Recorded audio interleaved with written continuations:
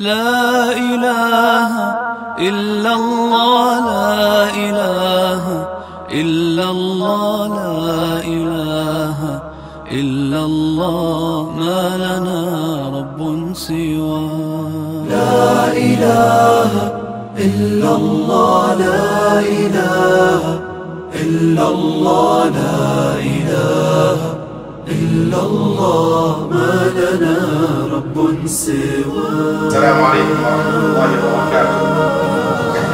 بسم الله والحمد لله والصلاة والسلام على رسول الله وعلى آله وصحبه ومن والاه وبعد.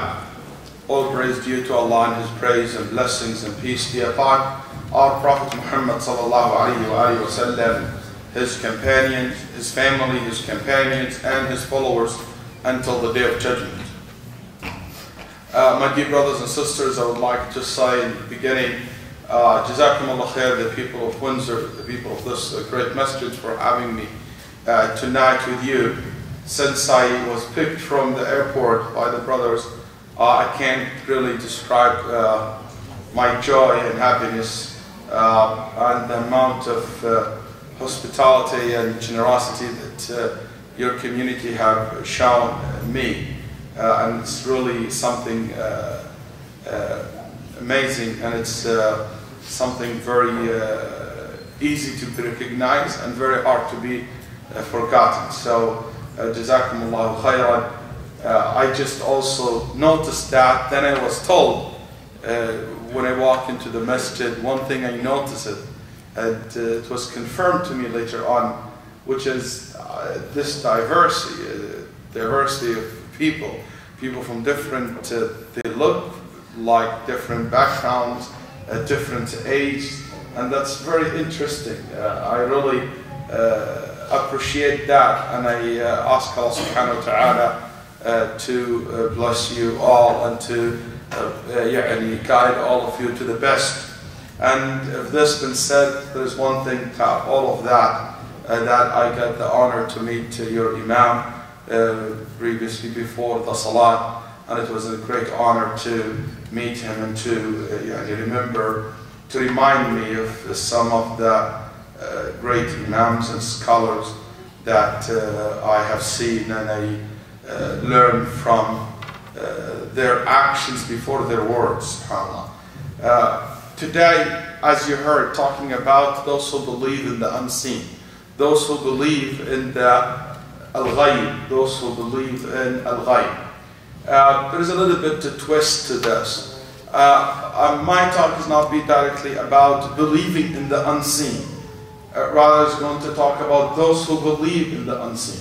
Instead of talking about the believer themselves, the good doers, which is, I believe, each and every one of us deserve this title, that we are all doing what is good. We are all, alhamdulillah, fasted the month of Ramadan, and we prayed Taraweeh, we witnessed Khatm al-Quran, we witnessed Qiyam al-Layl, we just prayed Isha. All this is a good deed. And al-Mu'min, the believer, the good doer, no doubt that there is an outcome of your good deeds.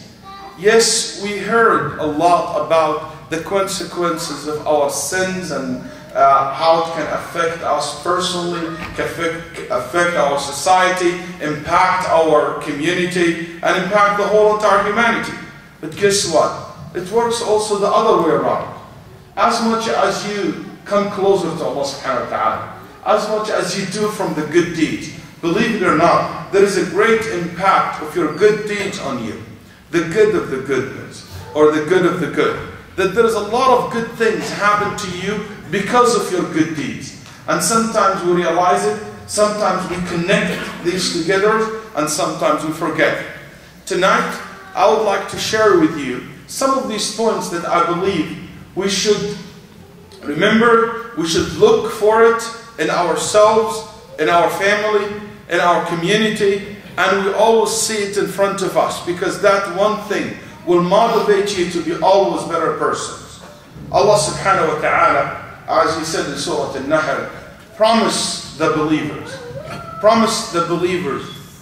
two things. Allah subhanahu wa ta'ala said, أعوذ بالله من الشيطان الرجيم من عمل صالحا من ذكر أو أنثى وهو مؤمن. Those who do good deeds, males or females. وهو مؤمن فلنحيينه حياة طيبة. That Allah subhanahu wa ta'ala promised him that they will live in good. They will live in good. Then, وَلَنَجْزِيَنَّهُمْ أَجْرَهُمْ بِأَحْسَنِ مَا كَانُوا يَعْمَلُونَ. That certainly Allah subhanahu wa ta'ala going to reward them. Reward them when? In the hereafter. According to the good deeds that they have done in this dunya. In this dunya. How the good deeds will lead to good life. To good life. How the good deeds that you do, regardless how much you do. And after this lecture you will know, as much as you do more from the good deeds, as much as you will get more from what you're going to hear today. And as much as your good deeds are less, as much as you're not going to find much of what you're going to hear tonight. One of the first things I would like to start with, that you find in this dunya, that the good deeds, one of the good, that good deeds will bring tranquility to your heart. Will let you live in peace with yourself, first of all. It will lead the heart to be in serene and tranquility. And this is something so unique and so important. Because Allah subhanahu wa ta'ala told us in Surah Al-Balad, He told us, لا أقسم بهذا البلد وأنت حل بهذا البلد ووالد وما ولد. Allah swearing by it. لا أقسم بهذا البلد, which it means لا أقسم بشيء أعظم من قسمي بهذا البلد. يسمونه في لغة العرب إضراب. بالله إضراب. That Allah subhanahu wa ta'ala said, I will not swear with anything in this verse but al-balad, which is Mecca, وَأَنْتَ حِلٌّ بِهَذَا الْبَلَدِ وَوَالِدٍ وَمَا وَلَدٍ. Then Allah subhanahu wa ta'ala swear again by the Father and the Son. The Father and the Son. Swear on what? What the point that Allah subhanahu wa ta'ala making it in this verse? لَقَدْ خَلَقْنَا الْإِنسَانَ فِي كَبَدٍ. That Allah created human to live in this life in kabad, which is hardship, which is that human live in this life, in this dunya, going through struggles and hardship and going through calamities. That's every humanity. In another verse, Allah subhanahu wa ta'ala said, يَا أَيُّهَا الْإِنسَانُ إِنَّكَ كَادِحٌ إِلَىٰ رَبِّكَ كَدْحًا. O mankind, and another opinion among the Mufassirin, يا أيها الإنسان يعني يا أيها المؤمن إنك كادح إلى ربك كدحا فملاقيه. That all believers or all humanity, you are going to live in this dunya in kadah. Another word, kabad and kadah, which it means struggle. You will find a lot of struggle in this dunya. This worldly life, don't ever think it's going to go smooth, perfect for you. It doesn't work this way. This is not how reality, this is not how this dunya was created. No, it's a struggle. And what you need in this struggle, you're looking for that serene. You're looking for that tranquility. To have it while you are going through these calamities and when a hardship or calamity strike you. Allah subhanahu wa ta'ala told us about human. إِنَّ الْإِنسَانَ خُلِقَ هَلُوعًا إِذَا مَسَّهُ الشَّرُّ جَزُوعًا وَإِذَا مَسَّهُ الْخَيْرُ مَنُوعًا. Humans are halou', يعني immediately will be terrified, or immediately will be disturbed. It doesn't take much for you to make humans so scared. Have you seen the stock markets? Just what happened? Just some news here and there. There's nothing really happened. The whole thing's collapsed. Why? Because there's no trust. There's fear. What's drive people? That's the nature of humanity. So, and also whenever you have wealth, you are so tight. And whenever you are poor, you are so frustrated. So, except إِلَّا الْمُصَلِّينَ, except the good doers, the one who prays, the one who are believers, the one who offer the good deeds. Their life is totally different. They see life from a different perspective. يثبت الله الذين آمنوا بالقول الثابت في الحياة الدنيا وفي الآخرة. Allah subhanahu wa ta'ala support the believer in the dunya and in the akhirah. Support the believer in the dunya and the akhirah.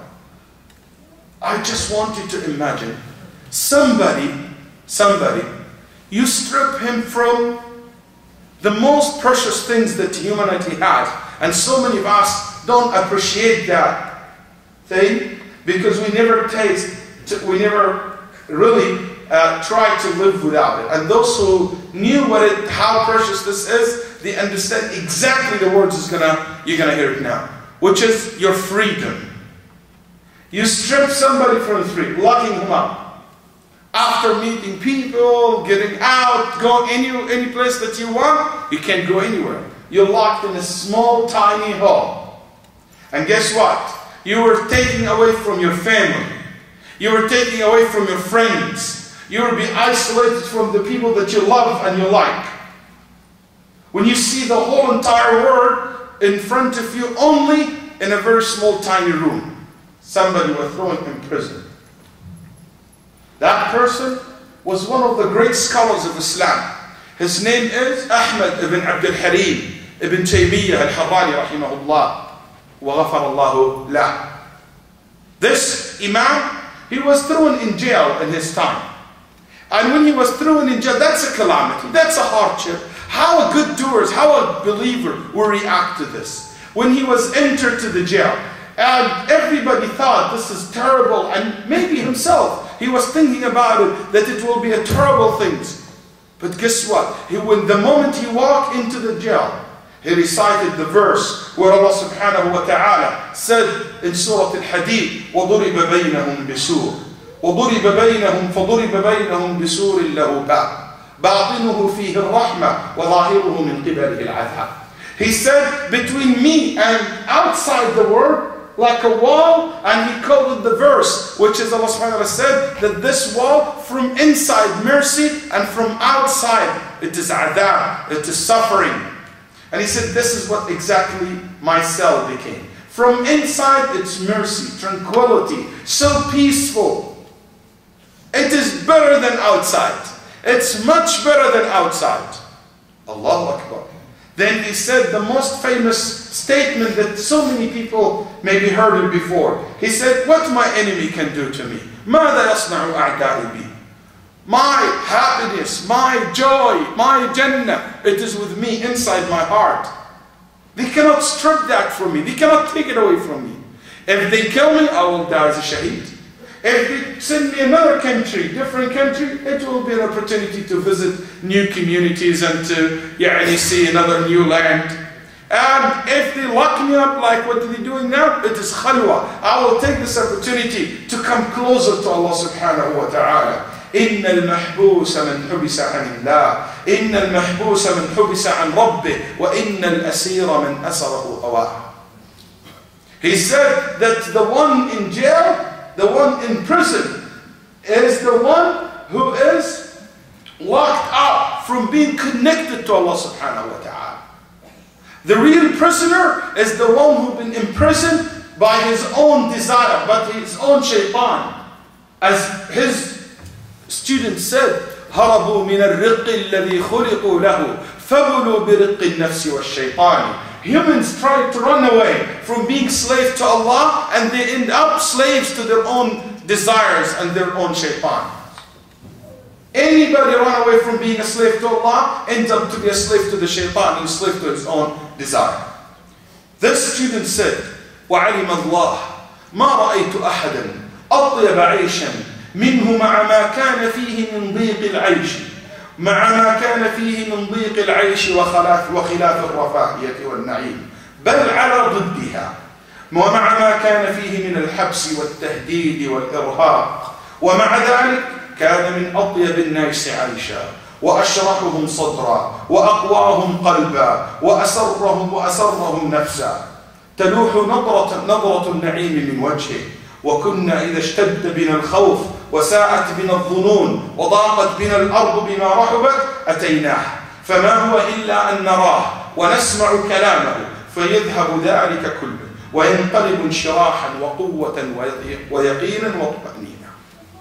This the student said, whenever we have a problem, imagine he is in jail. This is outside. Whenever we have a problem, whenever we have something so confusing, and we get so confused and we don't know what to do, we go to him to visit him, to talk to him. We come into him very frustrated. Just few words from him, with this big smile and this shining face, which is, you can see the sense of optimism coming out of his face before his words. He said everything changed. We feel so calm by the words, by his words. We go back to our society, to our community, to our family, full of optimism, and we're looking at to life in a very bright way. He said, I haven't seen anybody living his life like him. He's so calm. He's so peaceful. He was not rich. He was not living in a very good life. He was always been taken to jail, always been threatened, but always calm, always have this confidence, always have this tranquility in his heart. Why? Because that's what good deeds lead to. Good deeds leads that people loves you. SubhanAllah. Allah subhanahu wa ta'ala said in Surah Maryam, verse 97, إِنَّ الَّذِينَ آمَنُوا وَعَمِلُوا الصَّالِحَاتِ, those who believe and do good deeds, سَيَجْعَلُ لَهُمُ الرَّحْمَنُ وُدًّا, Allah subhanahu wa ta'ala will give them love. Will give them love from Him subhanahu wa ta'ala. And in the hadith al-Sahih, hadith Jibreel, the famous hadith, that when Allah subhanahu wa ta'ala loves somebody, Allah will tell Jibreel, I love so and so person, so love him. Then Jibreel will call upon the angels. Allah would say, Allah loves so and so, so every angel should love that person. And in the end of the hadith, فَيُوضَعْ لَهُ الْقَبُولُ فِي الْأَرْضِ, that Allah subhanahu wa ta'ala will give him wide acceptance. He would be accepted widely in the society, in the community. People love him. People talk to him, and just when hear his talk, when they talk to him, when they talk to her, when they listen to her, when they interact with her or with him, they will find their hearts opened to that person's. النبي صلى الله عليه وآله وسلم said, ما من مسلم يشهد له ثلاثة إلا وجبت له الجنة. There is no, رواه الترمذي وهو إسناد جيد, that the Nabi ﷺ said, if there is a Muslim, three people will witness, three true believers will witness that he is among Ahl al-Jannah, he deserves Jannah. He deserves paradise. He deserves paradise. And Umar radiallahu anhu used this hadith in particular as when he commented on somebody, his janazah, his funeral passed by, then Umar radiallahu anhu, he heard people talking good about him. He said, this person among Ahl Jannah, and he said, because I heard the Prophet ﷺ said, any person, three people will say that he's among Ahl Jannah, he deserves paradise. That's why the Prophet ﷺ also said, there is no believer who will die. And 40 men, or 40 people, 40 muwahhid, 40 believers, لا يشركون بالله شيئا, they never commit any form of shirk, will pray funeral prayer on that person, إلا شفعهم الله فيه, unless Allah subhanahu wa ta'ala will accept their intercession for that persons. بعث عمر إلى سعد بن أبي وقاص رضي الله عنه. Umar sent a letter to Sa'd ibn Waqas telling him, إذا أحب الله عبدا حبب إليه خلقه فاعتبر منزلتك من الله واعلم أن ما لك عند الله مثل ما لك عند الناس. Umar told Sa'd ibn Abi Waqqas, why Sa'd? Sa'd is a leader, is a military leader, is a general. And as you know, it's tough to be a general, it's tough to be a military leader. You have to be tough to lead your army. So that advice really fits the situation of Sa'id ibn Waqqas. He said, Sa'id, be careful.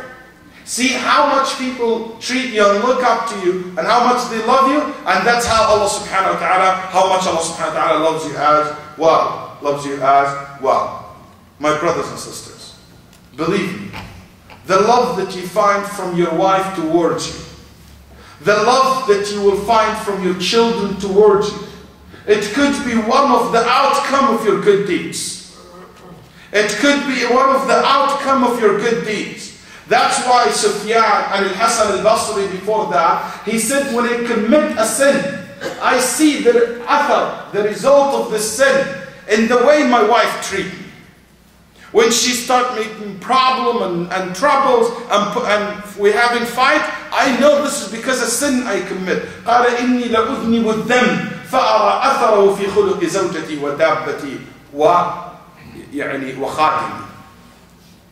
Yes, those people are so pure to that extent. And it goes the other way around. That love that you will find in your family's heart towards you, it is also one that could be triggered, could be improved, could be getting stronger because you are a righteous person, because of the righteous persons. Al-Imam Ahmad rahimahullah. Al-Imam Ahmad, that Imam who used to pray 300 rak'ah every morning. Every morning 300 rak'ah. يصلي 300 ركعة في اليوم. That one of the great فقهاء of Islam يقول رحمه الله رحم الله أم صالح أقامت معي 30 سنة ما اختلفت معها في كلمة.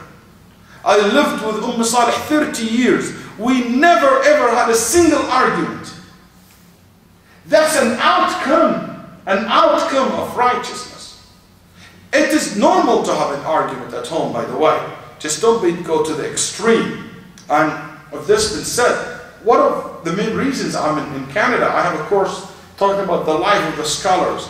And one of my goals in this course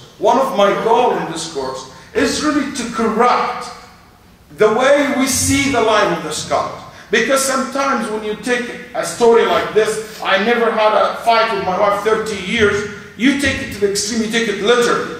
But I'm teaching my students and the brother and sister who come into this course, inshallah, how to be a critical and how to have a filtration system when they receive narrations like this, how they understand it correctly. Because you know what? Imam Ahmad is not more righteous than Muhammad ﷺ. And Muhammad ﷺ had fights with his wives and had arguments with his wife. And he will stay for the whole day not talking to each other. And he stayed 30 days not talking to them.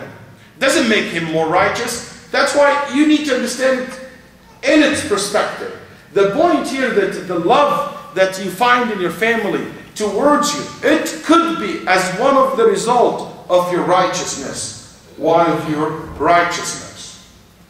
You know, one of the good outcome of the good deeds, those who believe in Allah and the unseen, you really enjoy what you're doing. You enjoy the good deeds. You know when you pray and you don't feel anything, how many times you feel that? Allahu Akbar. And you just find out, Assalamu alaikum wa rahmatullah. Assalamu alaikum wa rahmatullah. What is in between? I don't really remember much of it. I don't really enjoy it. You know, رحم الله يعني الشيخ الإسلام أيضا يقول إذا لم تجد العمل حلاوة في قلبك وانشراحا فاتهمها فإن الرب شكور.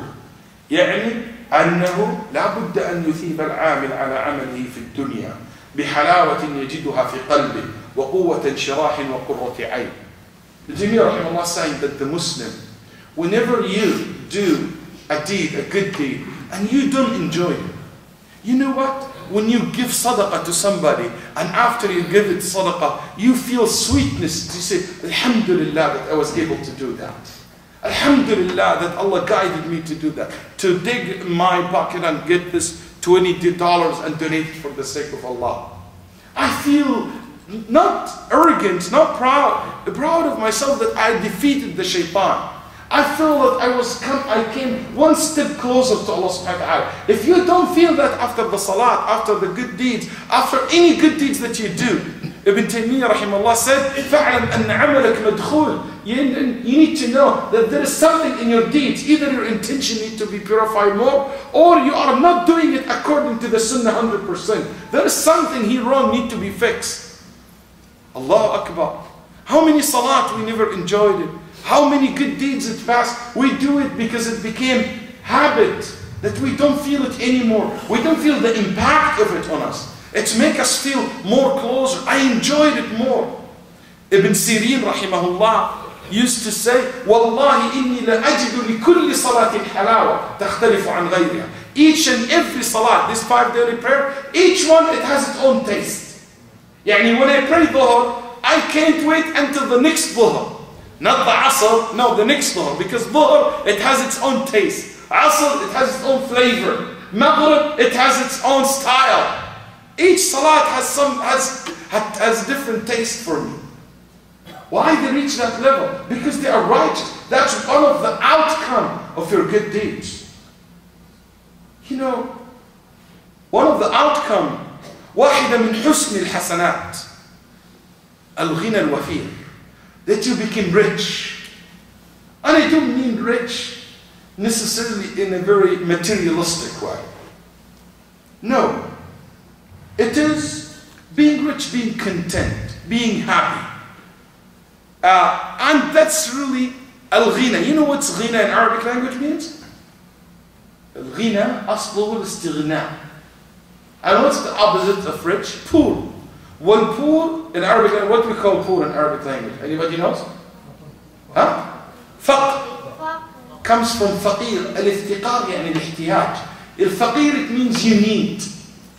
And you need somebody to help you. That's why all humans are فقراء إلى الله. يا أيها الناس أنتم الفقراء إلى الله والله هو الغني الحميد.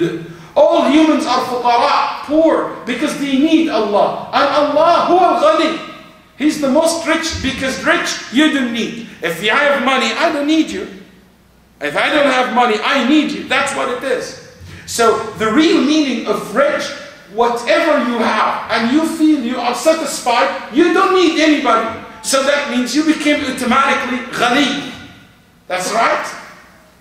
Because al-ghina, it's to feel that I don't need you. That's why Al-Fudayl ibn Iyad, a man came to him and said to him, this is a gift for you. He said, I will take it from you only if you are rich. He said, Alhamdulillah, I'm rich. He said, you have money? He said, I have 2,000 dinar, 2,000 pieces of gold. Then Fudayl smiled and he said, وَهَلْ تَأْمَلْ أَن تَكُونَ أَرْبَعَةً? Are you looking forward to make this 2,000, 4,000? He said, of course, absolutely. قَالَ إِذَنْ أَنْتَ فَقِيرٌ. He said, if you're looking forward to make it 4, you're faqir, because you still need that. No problem, it's not shame to be faqir. But from that, you learn the point that, you know what, you reach to a point to be content, satisfied with what you have. إن الغنى يقول النبي صلى الله عليه وسلم ليس عن كثرة الحرام. Being rich, it doesn't mean that you have so much money. The Prophet Muhammad صلى الله عليه وسلم said, he told us what's rich means. ولكن الغنى غنى النفس.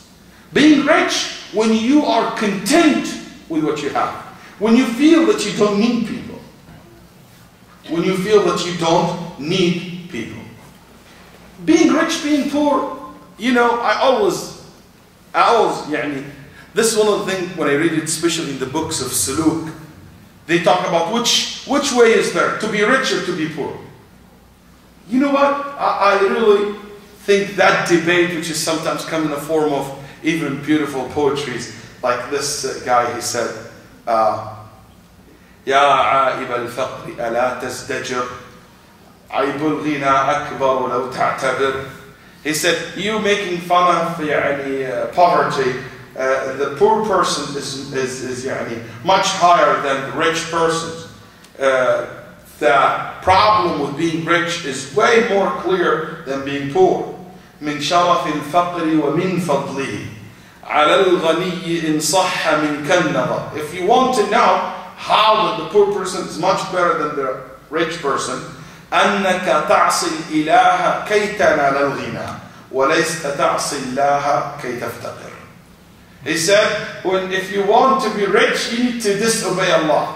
To steal money, to take money not doesn't belong to you. To be rich, you have to do something haram to be rich. But you don't do haram to be poor. So he said, why poor person is better than rich person. All this argument is not correct. All it does is sounds maybe sounds wow on the first side, but it's not correct. You know why? Because being rich or poor is like being healthy or not healthy. Being born white or dark. Being born with an Arabic tongue or English tongue. Or anything. You know what's really matter? How you will behave when you are poor and how you will behave when you are rich. That's what does matter. It doesn't matter you are rich or poor. It is how you behave if you are rich and how you behave when you are poor. Because you might be poor but kafir, mutawajjir. And you might be rich but shakir, munfiq, muttaqi. That's the right thing. That's why the ulama, the muhaqqiqeen min ahli al-ilm, they said that al-ibrah bil-hal. هذا الغني وحال هذا الفقير وليست في الفقر والغنى في ذاتها. So as much good deeds, being rich in your good deeds, it make your heart content. It will make you satisfied with what Allah subhanahu wa ta'ala provide. No doubt. Good deeds protect the society, the community, the family from being affected with a general punishment. النبي صلى الله عليه وآله وسلم was asked أنهلك وفينا الصالحون. شوف كيف يا أخي يعني الصلاح يمنع الهلاك.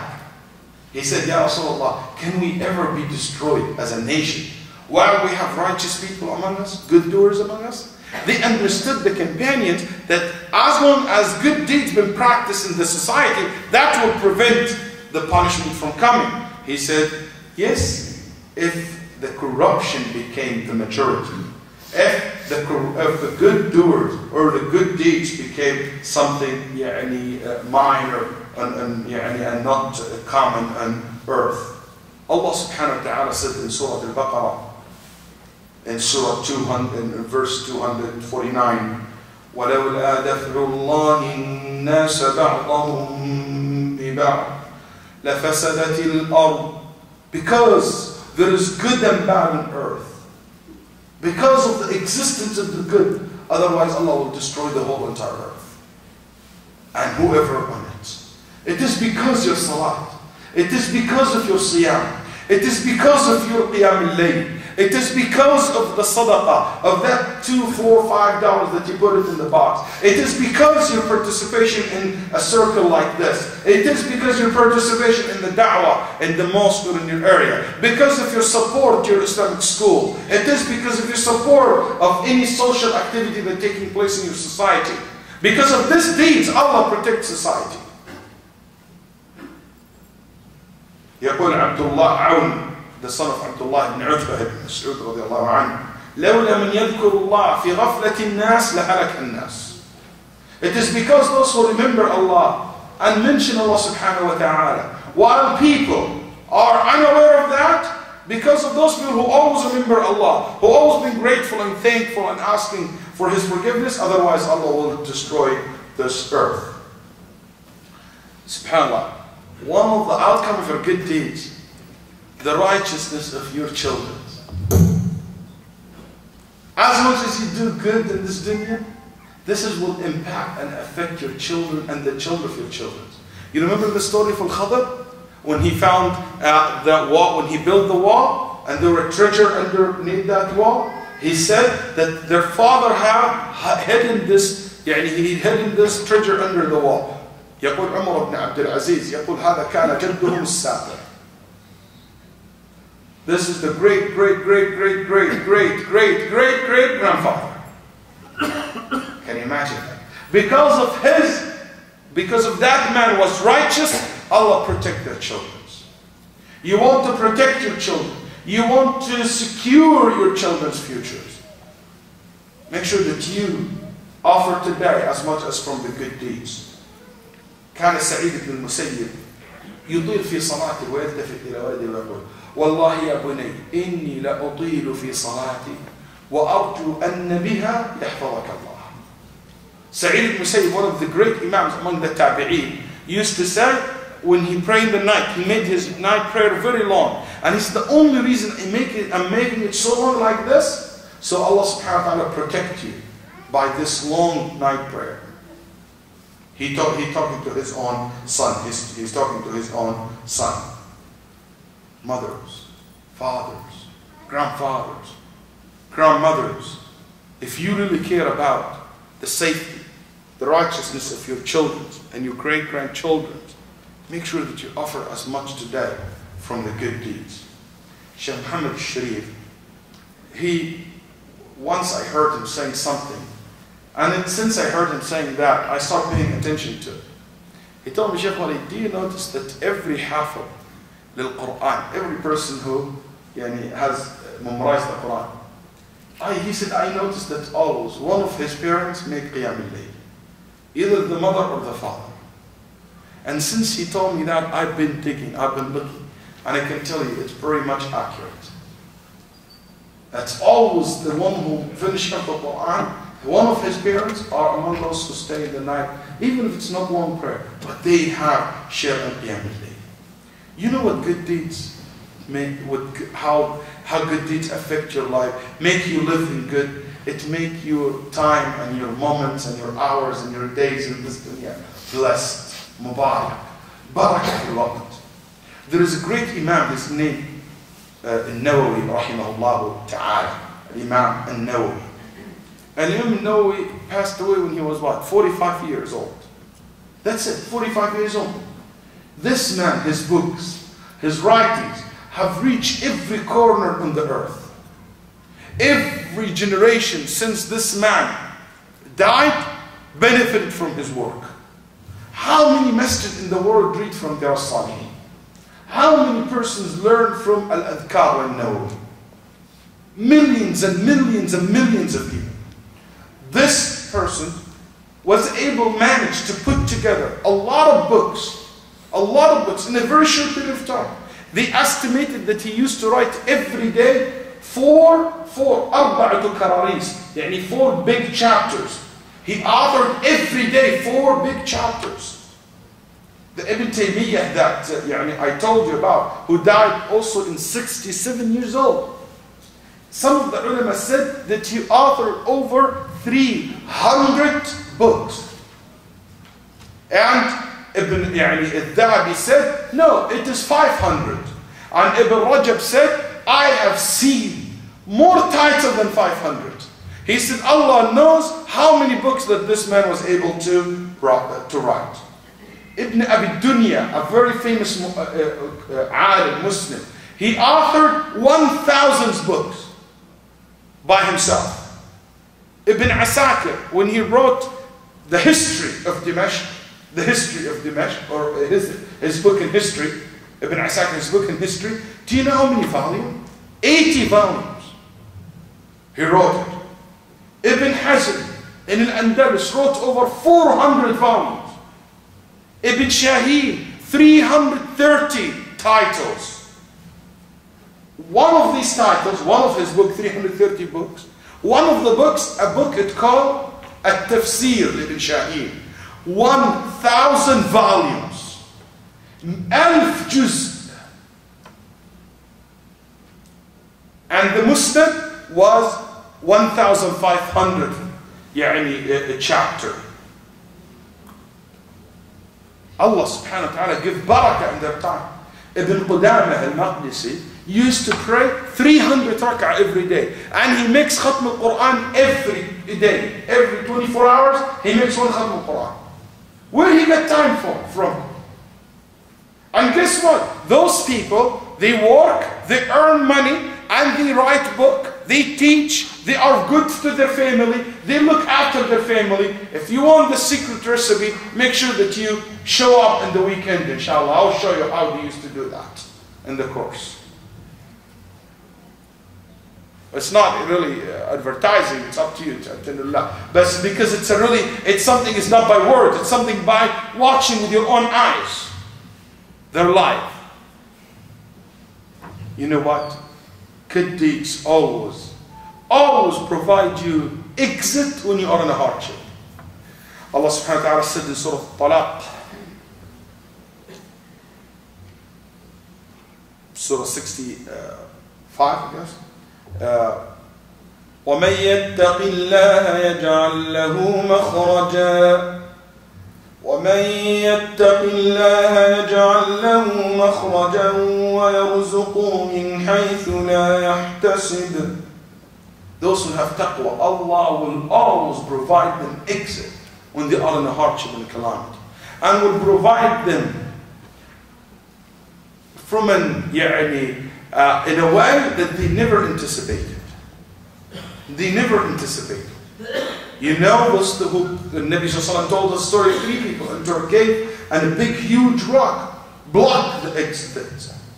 How they were able or managed to exit that cave? Why?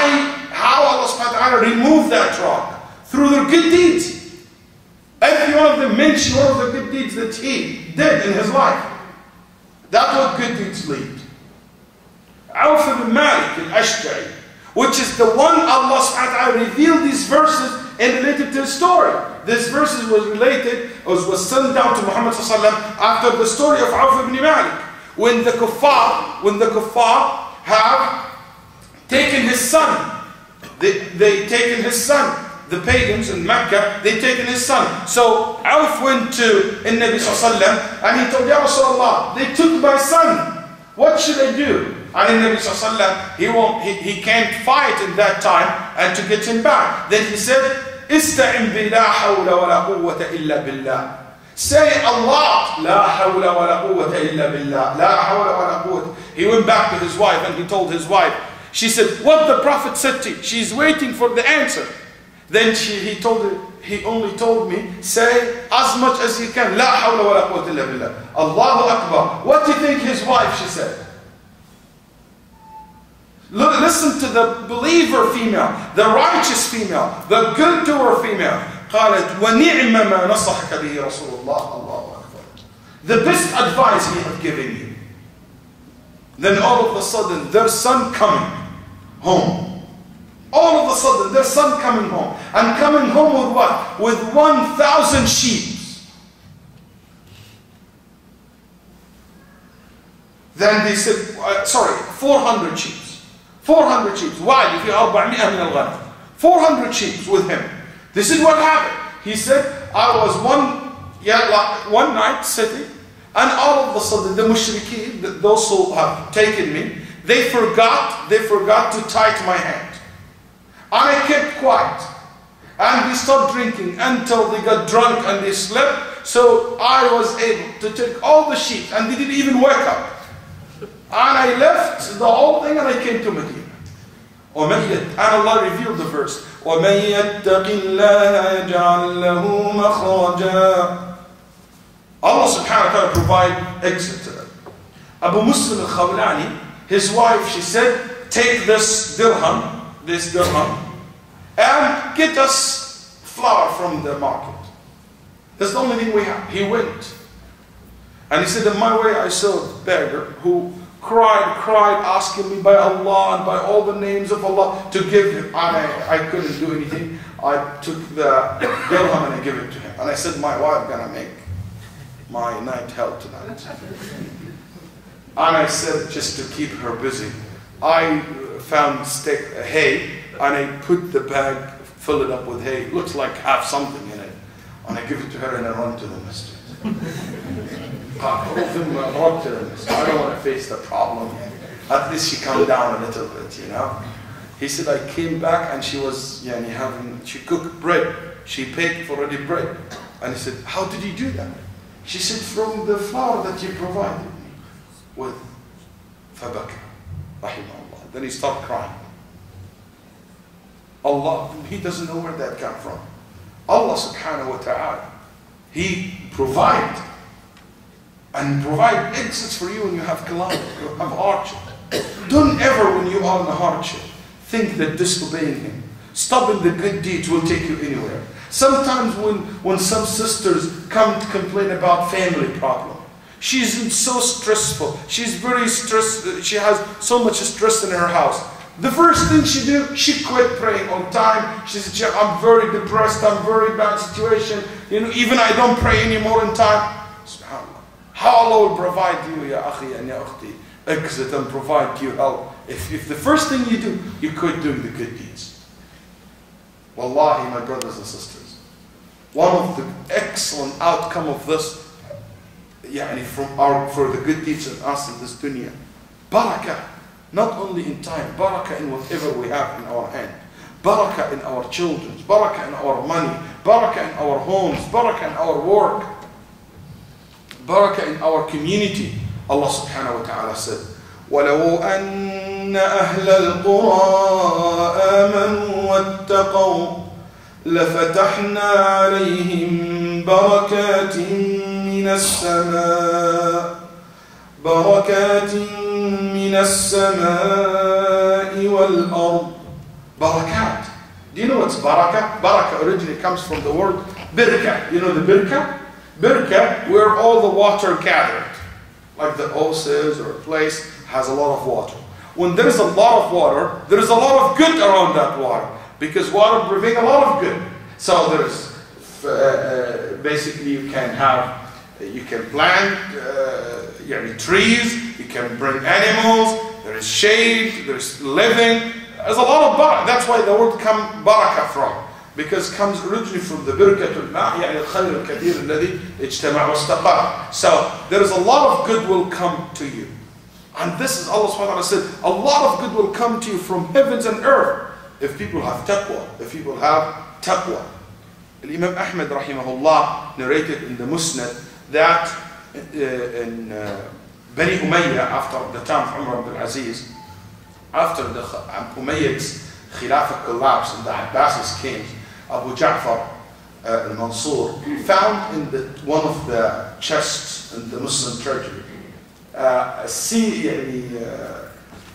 like a bag had in it a grain of wheat, in the size of the dates seeds, the dates bed. The grain of wheat in the size of the date seed. That big. That's a grain of wheat. And in it, written, piece of paper, هكذا كانت الحنطة في زمن العدل في زمن عمر بن عبد العزيز. They kept this, it's like, like in museums, they have something, they found and they keep a sample of it, that they said, and written on it, this is how the grain of wheat looks like in the time of Umar ibn Abdul Aziz. In the time of justice,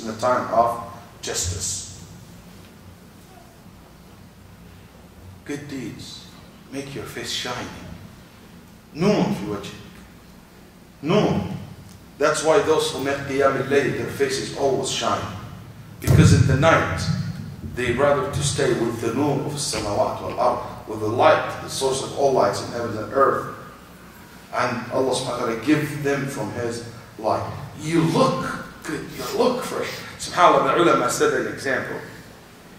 If you deal with somebody who's so rich, so powerful in this dunya, don't you think that being close to him, this will impact the way you look? I know some brothers in my own community. They were taken to work with congressmen in our community. They used to come to my masjid. Young brother, mashallah, in his 20s. Allah, I still remember the way he dressed and after he started working with the congressman after 1 year. Wow, I see this and said, he looked sharp. He looked, he now very clean, the hair is just right, and the suit, and he looked, mashallah, very good. Why? Because he hang out with people, powerful people like that. It's impacted. What happened to you? You became look, mashallah, very shiny. But I just want you to imagine those who always with the king of all the kings, with Rabb al-samawat wal-ard, how you will look like, ya. If this is how human impact human, so how Allah subhanahu wa ta'ala will make you look like? As much as you come closer to Him, as much as Allah subhanahu wa ta'ala make your face just by looking at you. The Salihin, you can recognize them just from their faces, from looking at them. Ya akhi, whoever leaves anything for the sake of Allah subhanahu wa ta'ala, whoever leaves anything for the sake of Allah subhanahu wa ta'ala, Allah subhanahu wa ta'ala provides him better than that. That's one of the good deeds, is to leave what is haram. If one of our mashayikh said, who used to be a teacher in Al-Azhar, heard this story from his shuyukh as well in Al-Azhar. He said in Al-Azhar there, in the old days, people come from the villages and to study in Al-Azhar and to live there. He said one of the shuyukh had one of the students, a very nice man, but he was very poor and young. One day this young man was walking by a house and he saw the house, the door open. He walked into the house and he found a food, mashallah, fresh bread and butter and cheese and about to eat. Then he said, it's haram for me to eat from this. I am a student of knowledge, coming all the way from the southern of Egypt to Cairo to learn not to steal. Astaghfirullah. And he went to the halqa and he felt bad that he did that. He said, in the same day, after dhuhr, and a woman came to his shaykh, she talked to him. And he said, okay. Then he said to this young man, come, I want to talk to you. Are you married? He said, no. He said, I have this woman who came, she has a daughter. She's a widow. And her daughter, she inherited a lot of money for her father. She's looking for a student of knowledge, a person righteous who will take care of her. He said, I don't have any money. He said, don't worry. She will let you live with them. She is only the mother and the daughter. And you marry her and you will basically to be, I know that you're a trustworthy person. Let's go see the girl. And guess what? It is the same house he walked into the morning. He said, Wallahi, it is the same house. I walk, and guess what? When we sit, they provide us with the food that I was almost going to eat from it in haram. And now I got the food, and I got the one who cooked the food. Wallahi, whoever leaves something for Allah, يعوضه الله خيرا منه. My brothers and sisters, Allah subhanahu wa ta'ala says, وَهَلْ جَزَاءُ الْإِحْسَانِ إِلَّا الْإِحْسَانِ. هَلْ جَزَاءُ الْإِحْسَانِ إِلَّا الْإِحْسَانِ. If you do good with Allah, do you think He will do anything less than the best to you? No. No. That's why those who have done good in their life, how Allah subhanahu wa ta'ala reward them in the dunya, in their life and after their death. And after them, look at Abu Bakr, Umar, Ibn al-Khattab, Ibn Mas'ud radiallahu anhu arḍah. Look at them. How many young boys used to take care of the sheep and the goats in Mecca? How many young boys was in the temple of the Prophet doing this job? Hundreds and thousands of them. Do we remember any one of those people? Do we know their names? But every Muslim knows who Abdullah ibn Mas'ud is. That جزاء الإحسان إلا الإحسان. Abu Hanifa wa Malik wa Shafi'i. Tell me if Malik rahimahullah was busy with being businessman, or Shafi'i rahimahullah, or Imam Abu Hanifa. All what he did, you know what, he used to make milk and buttermilk and rob and he sell. If this is what he will, it opened the biggest factory in his life in that time. What is it? Nobody will remember. But those people, because of their righteousness, because of their good deeds, Allah subhanahu wa ta'ala made them famous like this. And guess what? Allah guided them to follow the sunnah of the Prophet sallallahu alaihi wasallam in the smallest area and in the biggest area. And Imam Ahmad rahimahullah, one of the things that I cannot take it out of my head, when I remember Imam Ahmad, just to that extent they followed the sunnah of the Prophet. Imam Ahmad rahimahullah, and one time the ruler was mad at him and he wanted to punish him. He was hiding in one of his students' house. One of his students' house, his name was Ibrahim ibn Hani. He stayed at his house 3 days, then he said, let's move. Then he said, why? He said, because the Nabi sallallahu alaihi wasallam hide in the ghar 3 nights only. To that extent, Because of that righteousness, Ibn al-Jawzi said, when the flood came to Baghdad, the whole entire cemetery, the bodies was shown, and the water entered to the graves, and it said stayed few meters away from the grave of Imam Ahmad, didn't touch it.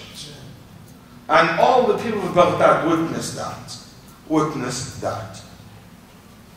Ali ibn al-Husayn al-Zabidi, one of the judges in Baghdad, his home burned. He said every single thing in my house was burned, except a copy, a chapter from Musnad al-Imam Ahmad was written by Imam Ahmad rahimahullah, his handwriting. This is the only thing was not burned in my house. Allah saved it. It is a good deed that you see in your grave. يأتيك عملك الصالح, your good deeds come to you in the shape of a good person in your grave, telling you that I'm your good deeds. It looks good, it smells good, give you a good company until the day of judgment comes. Allah subhanahu wa ta'ala told us that al-maut is a very hard thing. Musibatul maut, it's a calamity. But for the believers, al-maut is a different experience. Allah subhanahu wa ta'ala said, إِنَّ الَّذِينَ قَالُوا رَبُّنَا اللَّهُ ثُمَّ اسْتَقَامُوا. Those who said Allah is our Lord, then they stood fast. They did good deeds in dunya. How's their death experience looks like?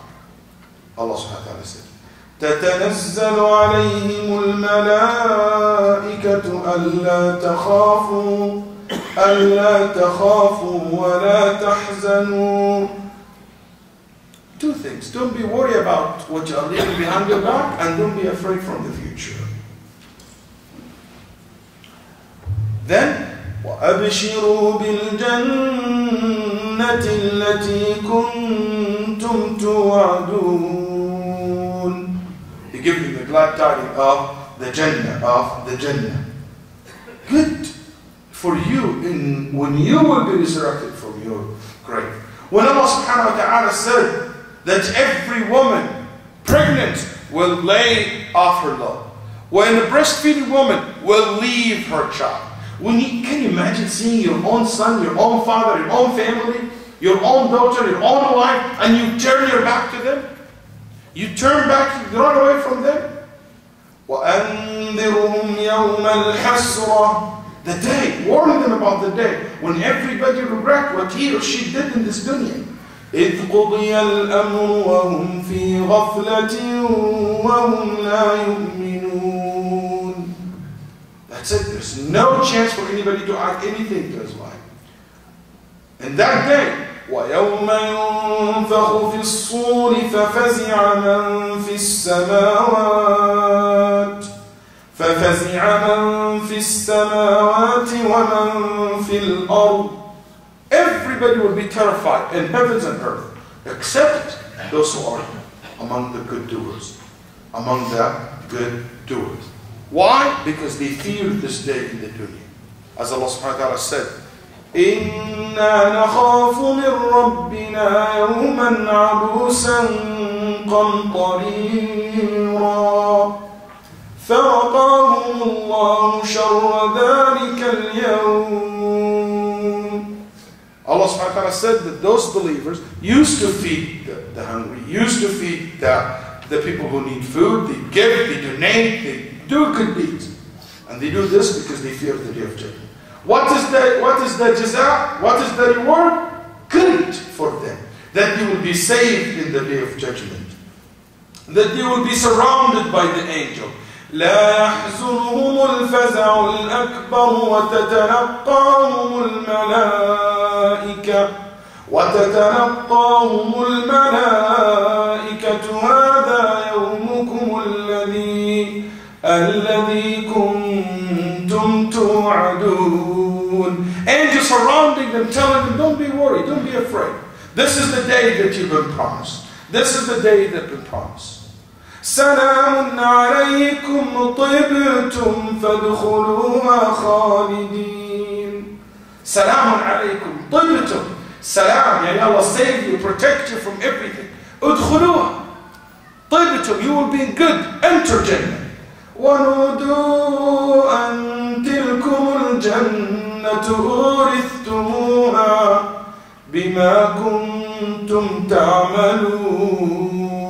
A caller will call upon them, enter paradise, as a reward for the good deeds that you used to do. That, هَلْ جَزَاءُ الْإِحْسَانِ إِلَّا الْإِحْسَانِ. Any good you do today, that's the good that you get tomorrow. That's the good that you get today and tomorrow and after tomorrow, and guess what? Forever. Forever you are in Jannah. In Jannah, which is no end for it. You ask about the people of Jannah, فِي شُغُلٍ فَاكِهُونَ. You ask about the people of Jannah, يُسْقَوْنَ مِنْ رَحِيقٍ مَخْتُومٍ. You ask about the people of Jannah, وَعِنْدَهُمْ قَاصِرَاتُ الطَّرْفِ عِينٌ. You ask about the people of Jannah, تَعْرِفُ فِي وُجُوهِهِمْ نَضْرَةَ النَّعِيمِ.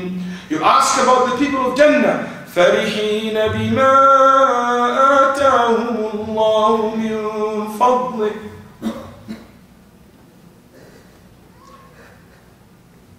يأكلون ويشربون ويتنعمون. That's the people of Jannah.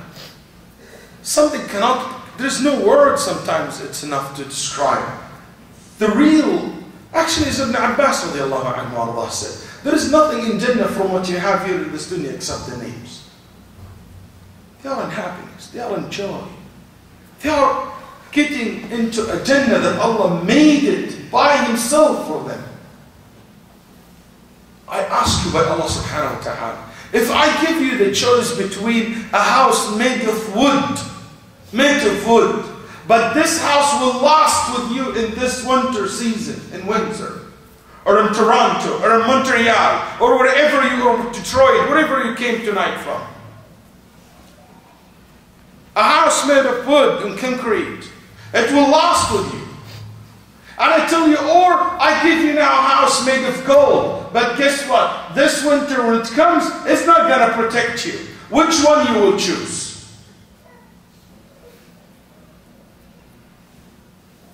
The wise person will choose the wood, which will protect him in the winter. So why are we leaving houses made of real good and gold and silver in Jannah, to run after houses made from wood and concrete in dunya? And we know that the one in Jannah will last and the one in dunya will vanish. That's the reality. The good deeds will lead to the good end of this dunya. Will lead to the good end of this dunya, my brothers and sisters. Will lead that you end your life while you are doing something good, while you are pleasing Allah subhanahu wa ta'ala. It ends your life while you are so close to Him subhanahu wa ta'ala. And that's a guarantee that Allah subhanahu wa ta'ala give it to the good doers. That Allah subhanahu wa ta'ala let them end their life while they are doing something good. If they are being sincere. As Ibn Qayyim al-Ashbiri said, وَلَا يُعْرَفْ وَقَدْ مَضَتْ عَادَةُ اللَّهِ الْكَرِيمَ أَنَّ مَنْ صَلَحَ ظَاهِرُهُ وَبَاطِنُهُ أَنَّ اللَّهَ يَصِلُ خَاتِمَتَهُ. Allah always with those who are good, but not only outside and inside. They are not a shaitan's worst enemy in public and they are his best friend in secret. No, not talking about those. May Allah protect all of us. My brothers and sisters, you know, maybe it's good to end with this point. One of the good outcome of the good deeds, واحدة من أحلى حسن الحسنات. One of the amazing rewards of the good deeds, that Allah subhanahu wa ta'ala reward your good deeds by guiding you to do another good deed. Allahu Akbar. As much as you do good, Allah allowed you to make more good. That's why they said if you see somebody doing good deeds in the day, you have to know that he's been doing good in the night. And that's why if you understand this, you know how can you earn the good deeds. How can you earn the good deeds? If you want to enjoy قيام الليل in the night, إذا كنت تريد الاستمتاع بقيام الليل في ليلك هذا الطويل فقدم بين يدي الليل في النهار صدقات وأعمال صالحة. If you want Allah to reward you by allowing you to make qiyam al-layl, make sure that you offer good deeds during the day so you enjoy the night. You want to enjoy the khushu'? You want to enjoy khushu' in your salat, concentration? You can fully understand the salat? You want to earn this? This is a good deed to have khushu' in the salat. If you want to earn it, offer something else. Offer that you pray the salat according to the sunnah of the Prophet ﷺ. صلي كما صلى النبي صلى الله عليه وسلم يكون جزاءك من الله أن تخشع في الصلاة. حسنة الاقتداء بالنبي صلى الله عليه وسلم تأتي بحسنة الخشوع في الصلاة. The good deeds of following the Prophet صلى الله عليه وسلم in the salah will lead to the good deeds of the khushu'. You want to enjoy reciting Quran and memorizing the Quran? I tell you, offer the good deeds of lowering your gaze. Offer the good deeds of protecting your eyes from seeing what is haram in the daytime. And I guarantee you, when you look at the mushaf, the verses will totally look different. You want to enjoy listening to the Quran? Protect your ear. Offer the good deeds, which is avoiding listening to what is haram. You want to have khushu' in the salat when you come to the masjid? Offer the good deeds by coming a little bit earlier. And make 2 rak'ah before the salat. And see how the salat will look like. You want to know the knowledge and to understand the knowledge and to understand the fiqh in the deen. Make sure that you remember Allah subhanahu wa ta'ala in the day and the night. حافظ على الأذكار. تأتيك حسنة العلم وحسنة الفهم وحسنة الفقه. My brothers and sisters, whenever you look at it from this perspective, the whole concept of the good deeds will turn to be something has no end for it. There's no end for it. There's no, in Islam we have minimum, but we don't have a max. The maximum that you don't cross the sunnah, you don't practice bid'ah. You don't worship Allah subhanahu wa ta'ala based on your hawa or your desire.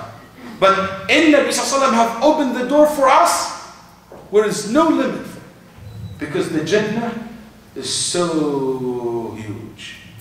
Because the reward in Jannah, there is no limit for it.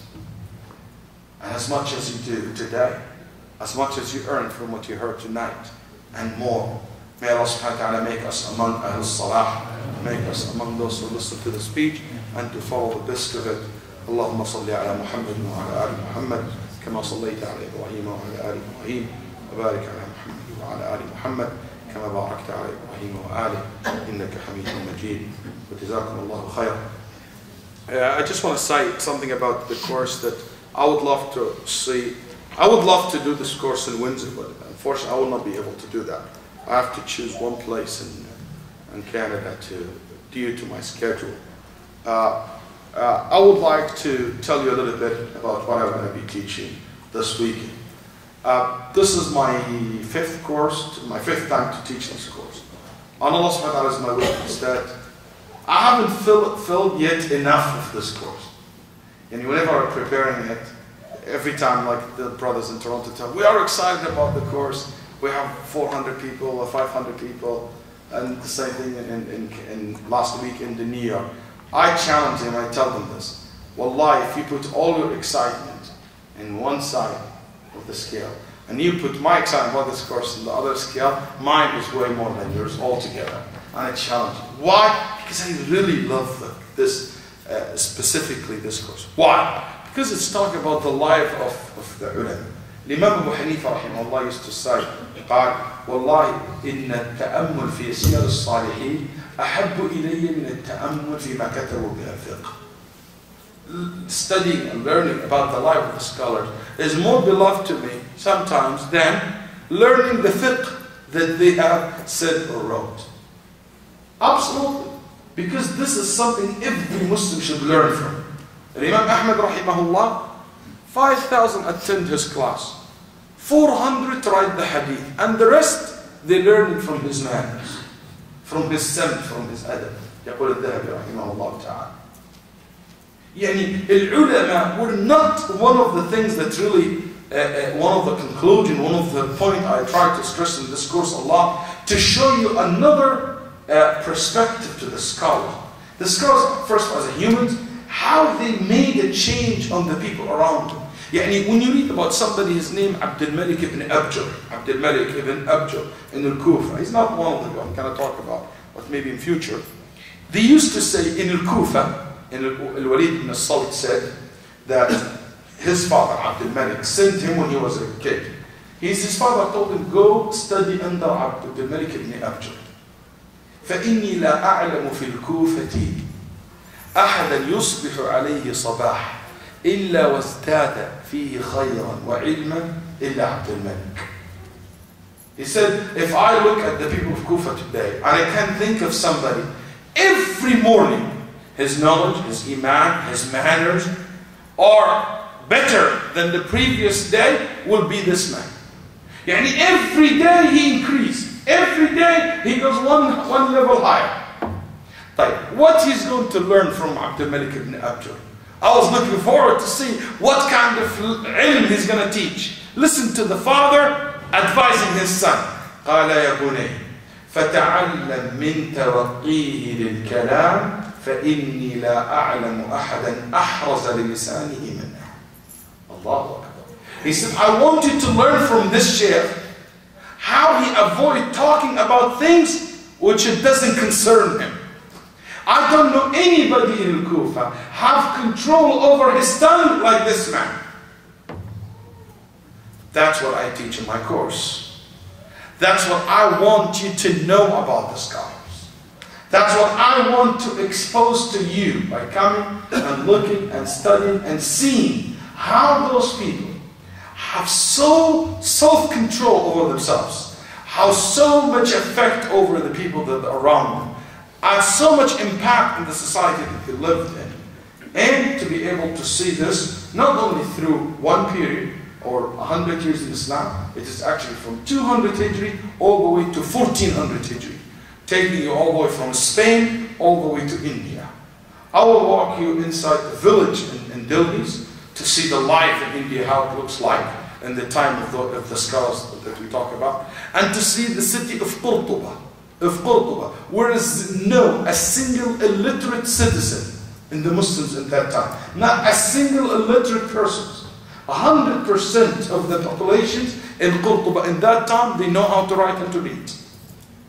Unbelievable society.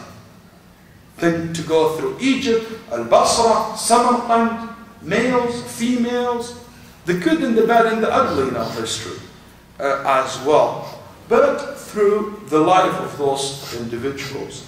So I would love to see your community shall to come forward and to make that trip and journey to learn and to share. Basically, since I've been teaching this class, I always told the brothers and sisters that the amount of information. One thing making me so excited because I don't preach in this class as much as we discuss things together as a group. So that's why every class has its own flavor, because a lot of good feedback basically I get from the brothers and sisters who participate. I have a son and he's thinking about going, encourage him, join him. If you have a wife, take her journey to enjoy with us inshallah this double weekend. May Allah subhanahu wa ta'ala to protect all of you. اللهم اجعل هذا مسجدا مباركا عامرا. اللهم وفق اهله لكل خير. واجمع قلوبهم على سنة نبيك صلى الله عليه وسلم. اللهم وفقهم ووفق القائمين على هذا المسجد لكل خير يا ارحم الراحمين. احسن ختامنا ختامهم واصلح ذرياتنا وذرياتهم وتقبل منا ومنهم يا اكرم الاكرمين. اللهم انا نسالك التقى والعفاف والغنى. آت نفوسنا تقواها وزكها أنت خير من زكاها. اللهم ول على المسلمين خيارهم وابعد عنهم شرارهم. اللهم إنا نسألك يا حي يا قيوم أن تكون المستضعفين من المسلمين في في مشارق الأرض ومغاربها يا أكرم الأكرمين. اللهم إنا نسألك أن تفك بقوتك أبصار المسلمين ظلما يا أرحم الراحمين. اللهم صل على محمد وعلى آل محمد كما صليت على إبراهيم وعلى آله لا إله إلا الله لا إله إلا الله لا إله إلا الله ما لنا رب سواه. لا إله